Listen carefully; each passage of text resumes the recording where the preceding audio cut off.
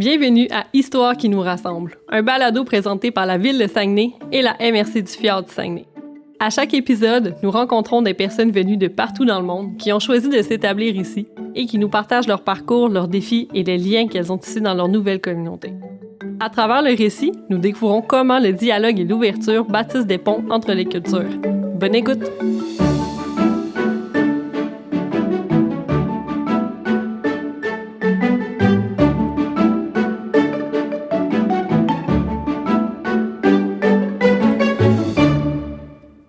Alors, bonjour à tous et à toutes. Je suis Linda Bélanger, je suis directrice générale de Aide chez soi Royaume du Saguenay. Bienvenue dans ce balado. Aujourd'hui, j'ai le grand plaisir d'être accompagnée par Madame Lamia Redouane, qui fait partie de notre belle équipe. Bonjour Linda, bonjour à toutes et à tous. Donc, Lamia, si on a décidé de faire ce balado-là ensemble, c'est parce que ton parcours est riche en apprentissage. Ton arrivée, ton intégration, les défis qu'on a traversés ensemble et ce que ça nous a appris comme organisation, ce sont des éléments inspirants qu'on voulait partager. En effet, parce que ce n'est pas seulement mon histoire, c'est celle de beaucoup de personnes immigrantes qui arrivent au Québec, qui intègrent des milieux de travail et qui doivent trouver un équilibre entre leurs racines et leur nouvelle réalité. Alors, revenons au début, Lamia, quand tu es arrivée dans notre organisation il y a quelques années déjà quand même. J'avais remarqué ton potentiel, là, tu t'en rappelles. Tu avais 2 maîtrises avec mention d'honneur. OK, comme je suis une opportuniste dans la vie. Donc, pour moi, tu n'étais pas qu'une personne ayant un statut d'immigrante, mais tu étais également une personne scolarisée, intelligente, beaucoup de structure, de leadership. C'est ça que nous avions besoin. Est-ce que tu te souviens de ton arrivée à la coopérative? Eh mon Dieu, je m'en souviens très bien.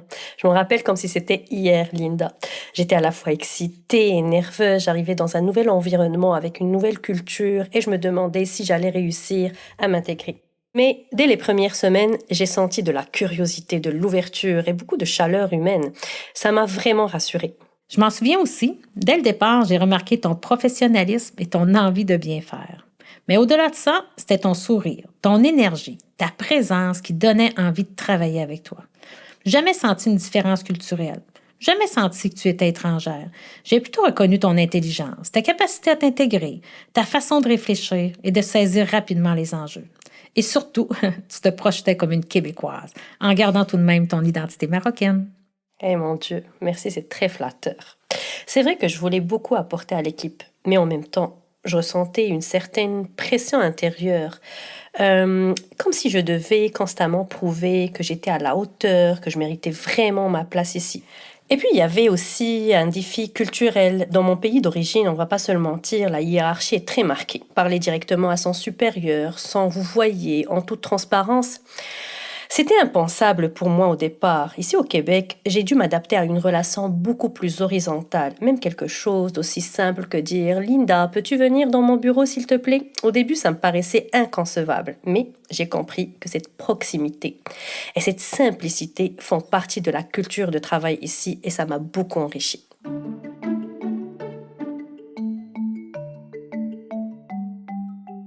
Malgré la belle chimie qu'il y avait dans l'équipe, là, je ne sais pas si tu te rappelles, Lamia, nous avons vécu une crise administrative. Et ça m'a amené à me poser des questions.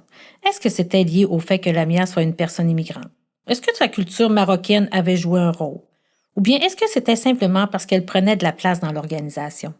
Moi, à ce moment-là, Linda, je sentais que je devais fournir encore plus d'efforts pour être acceptée. Comme si inconsciemment, je voulais faire oublier mes origines pour qu'on me voie comme une Québécoise. J'avais cette pression intérieure de toujours prouver que je méritais ma place. Mais avec le temps, j'ai compris que ce trop d'efforts pouvait donner l'impression que je manquais d'authenticité. De mon côté, j'observais que tu voulais tellement plaire que tu t'éloignais un peu de ta vraie personnalité. Alors, on a fait appel à une ressource externe pour nous aider à dénouer la situation. Et moi, j'ai pris naturellement un rôle de coach amical, un peu comme un miroir pour te rappeler de rester toi-même. En effet, et ça m'a tellement transformée. J'ai appris progressivement que je n'avais pas besoin de me changer, que je pouvais me dire « Hey Lamia, sois toi-même, le monde va t'accepter comme tu es ». Ça m'a amenée à être plus légère, plus authentique au travail, et j'ai vraiment senti que mes collègues reconnaissaient et appréciaient davantage la vraie Lamia.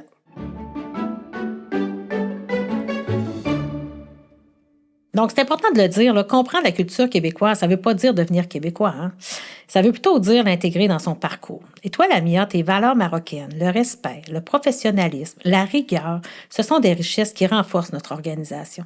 Tu as tout à fait raison, Linda, mais il a quand même fallu que je trouve un équilibre entre le côté professionnel et rigoureux que j'ai appris au Maroc et la souplesse qu'on retrouve plus au Québec. Ce mélange m'a permis de m'adapter sans renier qui je suis. Et c'est ça, hein, c'est l'apport concret de l'interculturalité dans une entreprise d'économie sociale.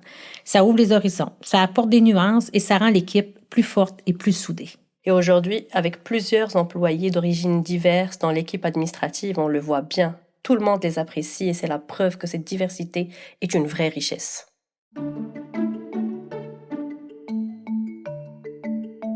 Je veux quand même ajouter quelque chose de très important pour moi, Linda.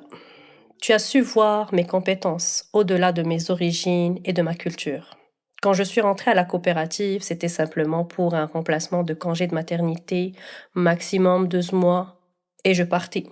Je ne m'attendais vraiment pas qu'un jour on m'offrirait l'opportunité non seulement de rester, mais aussi d'exceller et de faire reconnaître mes vraies compétences jusqu'à obtenir un poste de direction que j'envisageais absolument pas.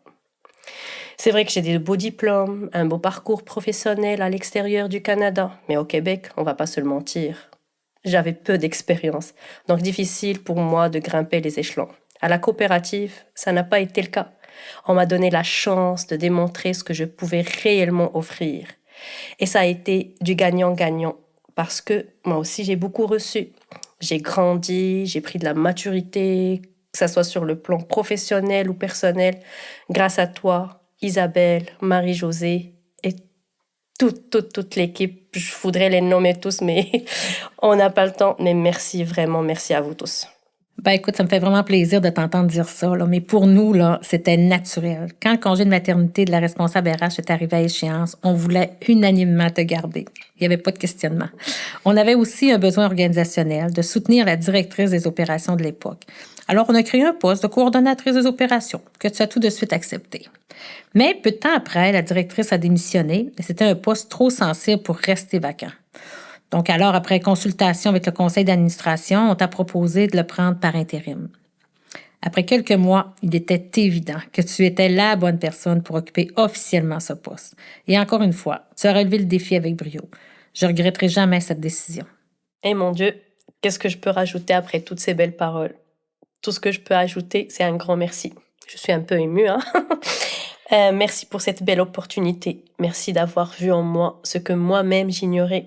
Merci de rendre mes parents fiers de leur petite fille qui ont éduqué. Merci de m'accepter telle que je suis vraiment. Je souhaite continuer de grandir avec vous dans toute cette belle organisation riche en valeurs humaines.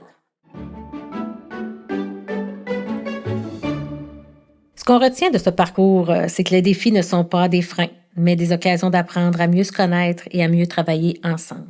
Pour moi, il est essentiel comme gestionnaire de reconnaître et de comprendre les différences culturelles.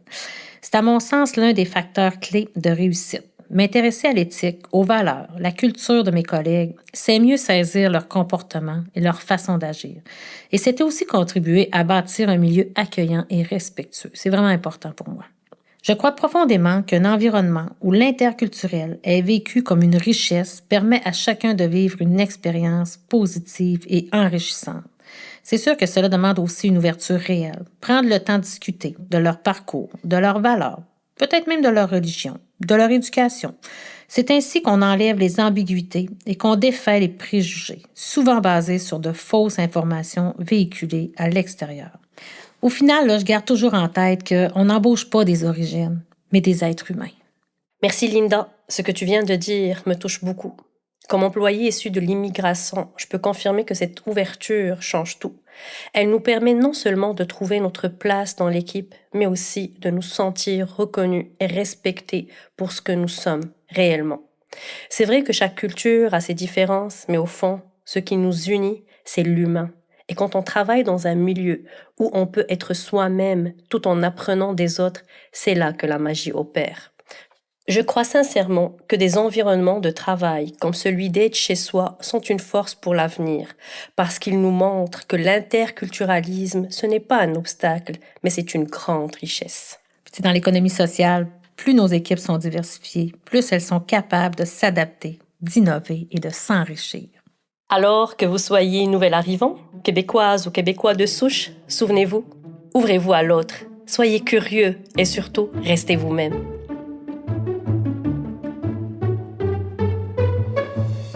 C'est ainsi que se termine cet épisode de Histoire qui nous rassemble. Merci à nos invités pour leurs témoignages touchants et à vous, chers auditeurs, pour votre écoute. Nous espérons que cette conversation vous a permis de mieux saisir la richesse des rencontres interculturelles authentiques. Ces échanges, portés par l'ouverture et l'écoute, favorisent une meilleure compréhension entre Québécois de toute origine et contribuent concrètement à bâtir une communauté plus inclusive et solidaire. Ce balado est une idée originale de la Division communautaire et développement social du Service de la culture, des sports et de la vie communautaire de la Ville de Saguenay. Un grand merci à nos invités pour leurs témoignages inspirants et au ministère de l'Immigration, de la Francisation et de l'Intégration pour son soutien financier. Pour en savoir plus sur les projets soutenus dans cette entente, visitez immigration.saguenay.ca.